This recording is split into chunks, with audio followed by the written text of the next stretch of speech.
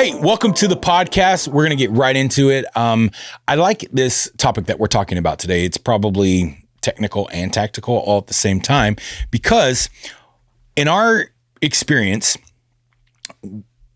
with sales professionals, one of the fastest ways to increase your show rate, your close rate, and just make more money is simply a little thing we like to call lead to speed.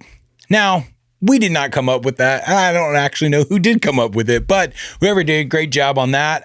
You're probably awesome and successful. But lead to speed is a term inside of the sales industry, at least in the worlds that we work in. It's basically saying that within 2 to 3, basically under 5 minutes, once that lead has come into the ecosystem, the quicker that you have that first initial touch point, the more likely that prospect is going to stay engaged. Doesn't mean they're going to buy. It just starts increasing the likelihood that they feel the know, like, and trust is being built and established. So from sales professional standpoints, one of the main things that you and I are always working on is how do we increase lead to speed, not just how do we be the first to call and double dial and annoy the prospect, not that, but how do we make sure that that first initial experience that prospect has inside of that ecosystem and starting of the sales process is like, it feels so good. It feels genuine. It feels authentic.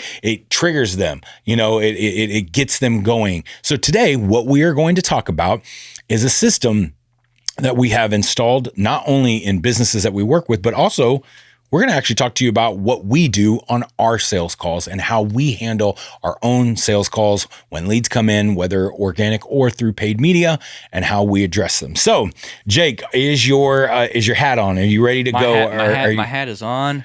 Are you ready? Because I'm going to fire them out at you today. It's ready to go. Let's hit this. Okay, so let's start here.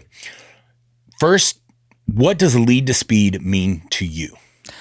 Lead to speed means contacting leads as soon as they come in, within ideally 5 to 10 minutes once they are inside of your CRM.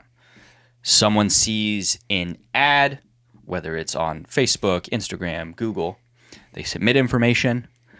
You as a salesperson then are notified that they have submitted information and you're picking up the phone and you are calling them as quickly as possible.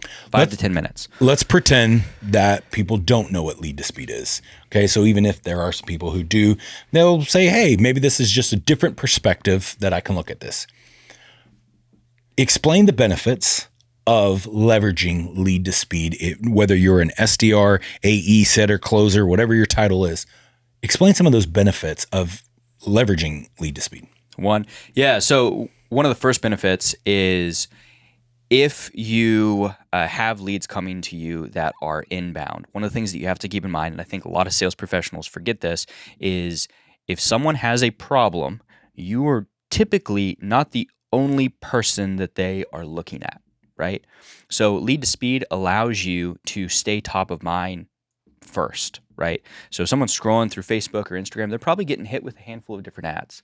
They've probably submitted information on a couple of those ads, which means that you are in competition with all those other potential businesses that could be contacting them. By being that first point of contact, one, it allows you to stay top of mind with them so they remember. A good example of this is 2 days ago, we had a lead come in. I called that person within 3 minutes of them submitting their information, and the guy was literally on his phone, and he's like, oh yeah, I saw your ad, right?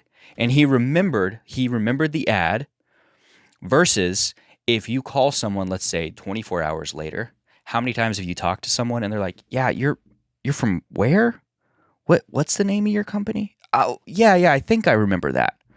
The likelihood of it, really what it does is it also makes your marketing stickier, because they've seen a piece of content, they've seen an ad, a video, an image or something. So they have that, but now you're solidifying it with a conversation. The other thing is it also increases the likelihood, from what I've seen, of the person actually picking up. If you've submitted information online, well, I know that you're on your phone right now, or you're pretty close to your phone if you've submitted that, or your computer, right? So I would say those are the main benefits of being quick or implementing lead to speed on your sales team. Yeah, that's really good. Could you touch on, from the prospect standpoint, how it's reinforcing maybe even some behavioral patterns, maybe some with lead to speed, the emotional side? Because if they sell that ad, somehow that messaging spoke to them in a way. It somehow triggered a response to them, and it's like, oh yeah, I think I deal with that. I think I struggle with that. Oh, that interests me.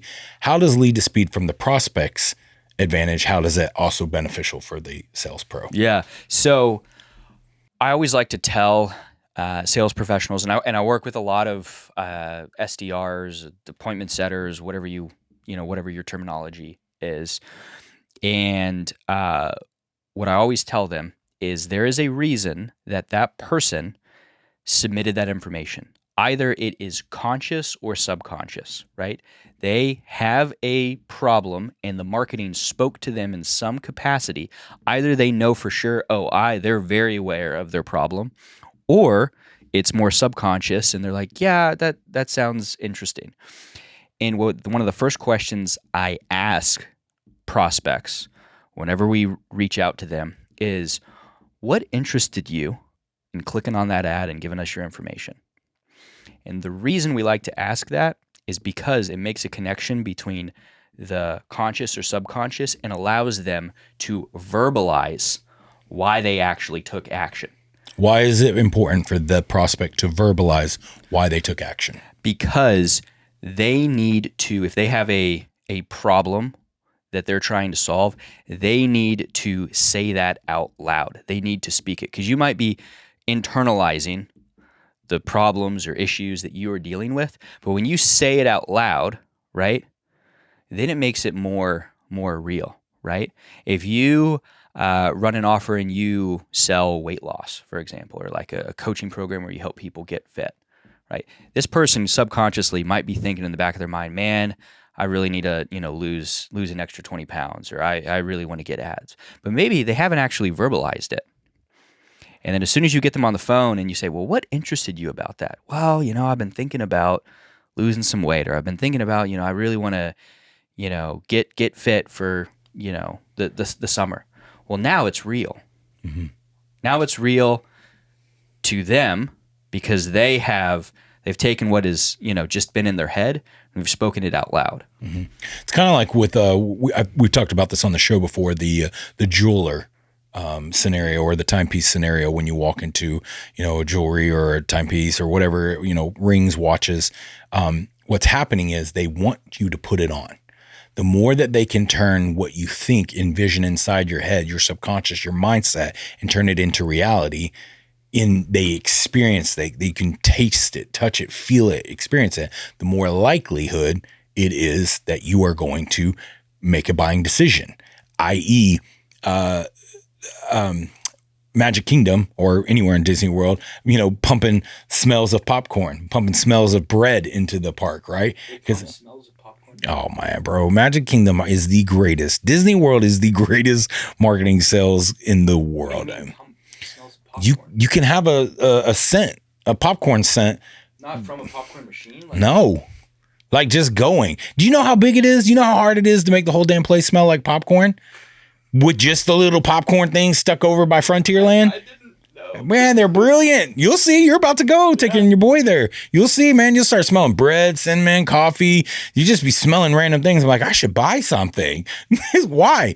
Because they are bringing it to your subconscious, to your conscious. Hey, this happens. This is over here. Hey, right? And I think with lead to speed, when you get to them, you're reinforcing their own belief of, I think I do need help. Yeah. I think I do need more information. I think I do want to know more about how this thing that I've probably actually been thinking about for a lot longer than I even realize. You know what I mean? Because you got some people who are aware and some people who are not aware. And you're reinforcing that with that lead to speed.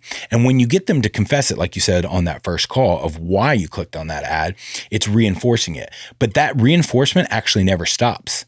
No, it's just a beginning, right? Because I always tell anyone that we're working with, when whether it's SDRs, appointment setters, when you are setting a call, your objective is not to set a call. Your objective is to find out, do they have a problem that we can solve? The second piece of that is, do they want help solving it? And then, do they have the ability to get it solved? But do they want help solving it is one of those things that a lot of people miss, because they'll hear someone say, yeah, I want to lose weight, or I want to start this new business, or I want to get into real estate, whatever it is. I want a new roof on my house. Just simply saying that is just one piece of the puzzle. You have to actually confirm that this is something that they want. And so asking that first question of why did you reach out is just the first step in the process. Mm-hmm. This is a rabbit trail. Oh, so man. I'm disclaimering right now. Here we go. So I also want to say I don't think disclaimering is a word. I'm going to give a disclaimer. Lead to speed works in parenting. Lead to speed works in parenting. Elaborate. Thank you. I was hoping you would ask me that.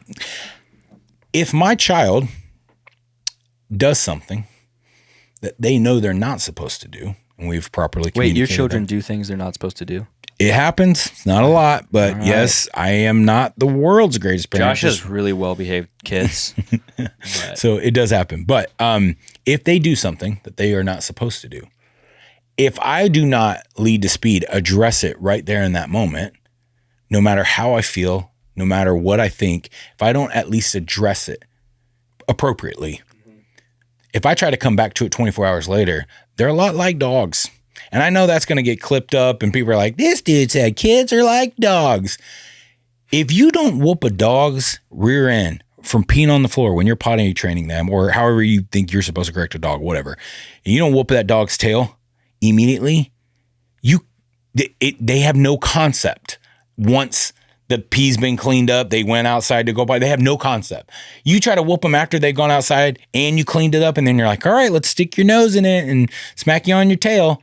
That dog's gonna be like, why are you hitting me? What did I do? Kids are the exact same way. Well, they don't have, we talked about this in a previous episode, kids don't really have a concept of time. And I mean, dogs definitely. Definitely. We'll go on record saying kids have more of a concept of time than dogs.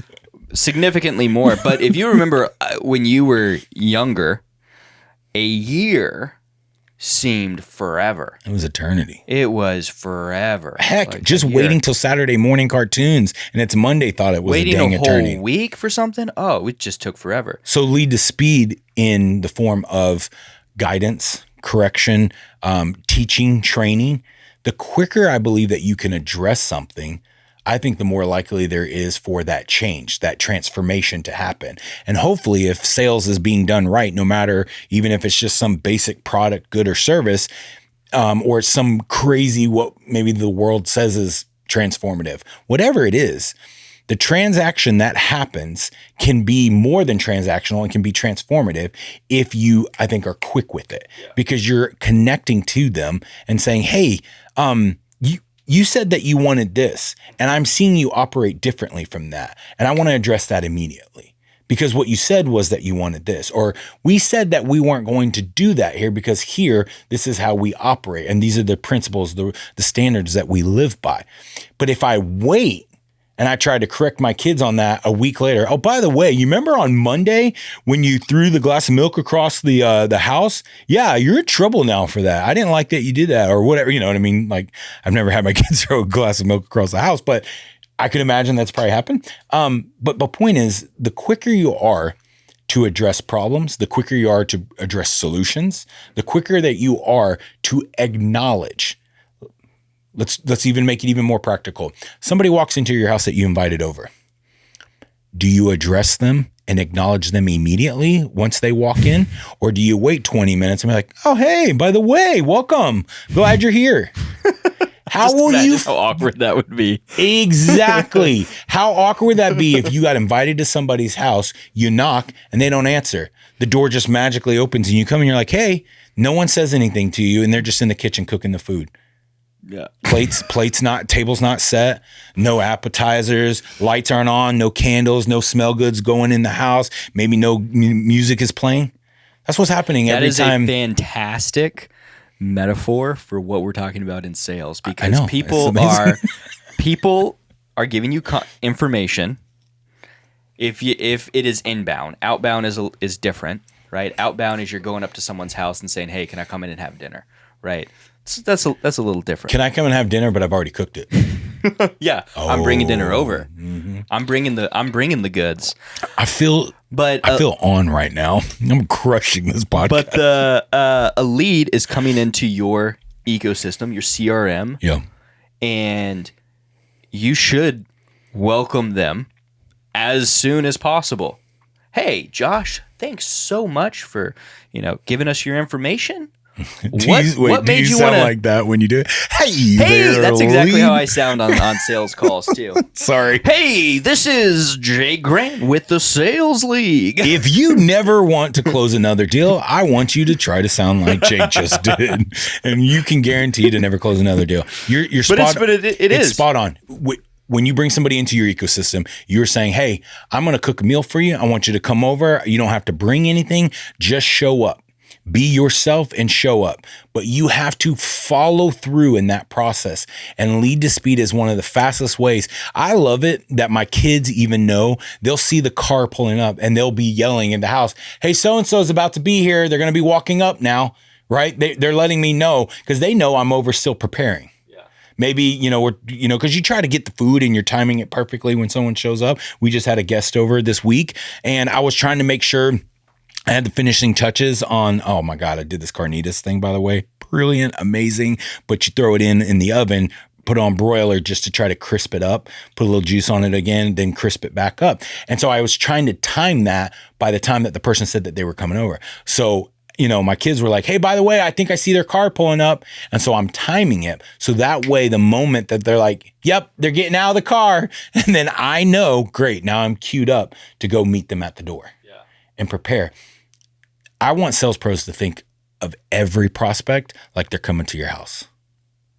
Like you're making a meal. Like you're inviting them in to say, "Hey, I've prepared a place for you so that you can have a real conversation with me. And at this dinner table, we're going to talk about what's best for you. At the worst case, you got a great meal. You had a great conversation. The best case, you got fed, and then we're going to teach you how to be fed for much longer after that." Yeah. You're going to get to sleep in my house now. Okay, that's a little weird. That got awkward. You're not sleeping in my house. You can go down to the hotel down the street. I'm just kidding. All right, so lead to speed. We understand the power of it right out the gate. Now, what I would like you to talk about briefly, because I don't know, producer, how much time do we have left? Are we good? Okay, great. So we have plenty of time. We can go for another hour. We can go for 2 hours. Not at all. Got to make it quick. Mom's making lunch. So what I want us to do now is talk about what is the process that you have recently installed into our own business for these leads with Lead to Speed. Yeah. So one of the things that I was not great at when I was producing full-time at another company was taking notes, filling out activity sheets, updating call outcomes, all of that stuff. One of the things that I wish I did when I was producing full-time is hire an assistant, paying like $400 a month to do all of that for me. So our process is very simple right now. Lead fills out a form online. That information is put into Slack. Slack is what we use to communicate. We have a channel where all of our leads go into. The reason we have that channel is Josh and I, with the clients that we're working with and the people that we're coaching, everything happens in Slack. So we're in there 24/7. So that way I don't have to check our CRM to see if new leads have come in. I have a notification that tells me new lead is in. Then what I do, take out my phone and I call that lead as soon as it comes in, because I can see, hey, it came in, 2 minutes ago, going to call them right now. I'll call them. When they pick up, even if they don't pick up, I'll leave a note on the lead. But if they do pick up, have the conversation with them. And then inside of Slack, I leave a voice note and tag my VA. And the process I use for leaving notes is, one, I address in the voice note. This is what I personally like to use. If you want to type things out, you can. But I always put, Here's why they reached out. I explain why they reached out. Then I explain their situation, current situation. Here's some bullet points of their current situation. And then I do a mini diagnose on that call, which is, what is their pain? What are they trying to, move away from? What's their pleasure? What's their goal? What is their timeline to fix this problem? Who is going to potentially be involved in making a decision? And then finances. Where are their finances, right? And then I'll put in like next steps. Set this appointment, have a follow-up with this appointment.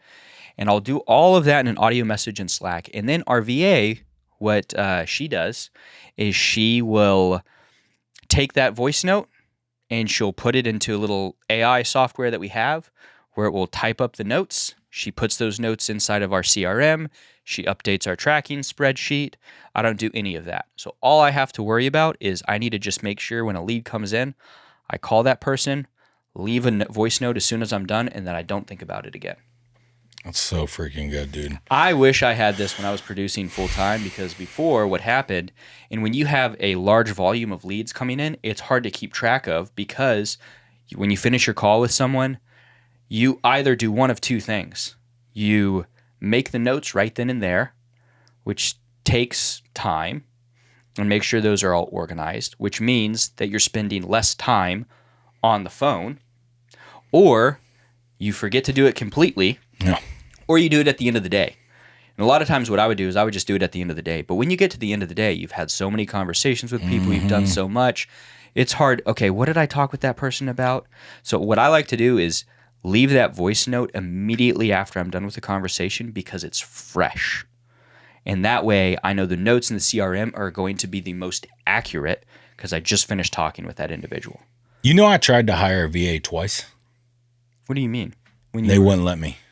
Really? Yeah, they told me no, because it would mean that it was giving somebody they didn't approve. Then I tried to go through their little setup of that person who was managing VAs, and I tried to get one from them. Then they tried to create some roundabout way to make it work, where they had their VA team trying to manage it. It was just a big cluster. But every time I tried to go and say, I'll pay for it, just can I have this?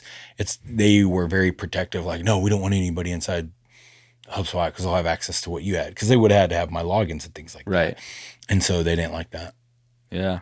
I made a lot of dumb decisions. So anyways, very important question that I think even I had to, learn very quickly. Lead to speed, we're talking about how important it is. And lead to speed works when you are fast and you are quick. What happens, Jake, if I'm on a consult and a lead comes in? Right now, technically, we're on a podcast. We're recording a podcast and a lead has come in. How do I leverage lead to speed? Turn off the podcast. We got to call them right now. That's what we have to do. Shut it down. Shut it down. Susan. Hey, Karen. Yeah, we'll be right there. Hey, Susan. It's Jake from the Sales League. Please hang up now. You've reached movie phone. Plus 411 for show times. What do you do when you're on a sales consult? You're in the middle of something, you're in a meeting, and a lead is coming in, and you don't have this massive, team of SDRs that can, they can just round robin that. Yeah. So what we currently have set up is we have automation set up that is still contacting the lead. So when a lead comes in, they get an email, and then they also get a text and a voicemail drop as well. So they're getting hit up with a handful of other things, not just the phone call. So what I would do is I would have some automations that are set up. One of the things that we have in our Zapier account is we have an email that actually comes from Gmail when someone opts in. So when someone opts in, we have an email account that is dedicated to reach out, so it looks like it is a real person. It is not a marketing email. Like we have HubSpot and ActiveCampaign set up, and they'll get emails from those softwares as well. The issue you run into, though, with that is it is a marketing email, so the deliverability typically isn't going to be as good versus getting an email from someone's personal Gmail account. So there's ways you could use Zapier, and basically if you're a sales pro, talk with whoever's running your company. You could set a separate account up for yourself. Pay like $20 a month, and just lead comes in. Whenever it comes in, have an email that comes out from your personal Gmail account, and then a text that comes from your phone as well. Yeah. Those are just simple things you can do. There's too many tools right now to not be able to. I mean, even if you're at a company that's not major and they're not rocking some crazy CRM like HubSpot or Salesforce or whatever, it's like, it doesn't matter. There's so many inexpensive, quick ways. I mean, obviously AI has expedited all of this. There's zero reason why with all the tools, all the technology is out that you couldn't leverage lead to speed, automations, something to help offset. You're on a consult, you're in a meeting, you're out at lunch, right? Whatever that might be. There are too many benefits that you have right now that you can leverage and have access to, that just tiny installs shouldn't cause any problems. Yeah, you know what I mean? So, and the text I always like to use is if you're on a call and let's say you are doing this manually, just, hey, is this first name? ? And then it depends on the business that you're in. Sometimes you want to add a little bit more context if it is more B2C, I would say, and more of like a stronger emotional sell. Tell them who you are, because some people will be like weirded out by that. But if it's B2B, you can just use the, hey, is this so-and-so? Most people will respond to that, and then you respond back, hey, it's Jake from the Sales League, was reaching out because you submitted information to solve XYZ. Does that sound accurate? And I always want to end whenever I'm first reaching out with some type of open-ended question, simply because it forces people to respond with context, versus if you do close-ended, people would just be like, yes, no. So always like try and have some type of, if you can, open-ended question. Okay. Without going too deep, because this could go on for a very long time, can you give a basic tech stack breakdown for a sales pro? They could be a sales pro who is by themselves right now. Maybe they're, team of one, or maybe they're in a large team. What would be your recommendations for a tech stack regarding whether it's AI automations? I know you said something about Zaps, but what would you recommend to an individual or maybe to a business to help address lead to speed and making sure that you're doing everything that we just talked about in this episode? Tech stack. So the first thing, if you don't have it, I would have a Zapier account that you. And what is a Zapier account, Jake? Zapier, and it's Zapier. It has a bunch of different. Zapier. You should have a Zapier account, and this is where your automations will live. Josh hates when I do that. I'm terrible with accents. It's like you're a Jamaican French guy who's torn in World War II and not knowing what to do. That might be offensive to Jamaican French people, so just keep that in mind. I mean, if that's offensive, our whole entire podcast is offensive. You got to make sure you do not offend that group of people. Sorry to all you Jamaican Frenchmen. If you are offended, let us know in the comments. We're going to send you a link from our good friend, Matt Rife. And it is going What were we talking about? Zapier. Yep. What Zapier is, it is a software that allows you to connect different apps that you might use. It allows you to connect your CRM to your email, to Google Sheets, to Zoom. It basically allows applications to talk to each other. You can set up a Zapier account. I think the most basic plan is like $30, maybe $40 a month, something like that. It's super inexpensive.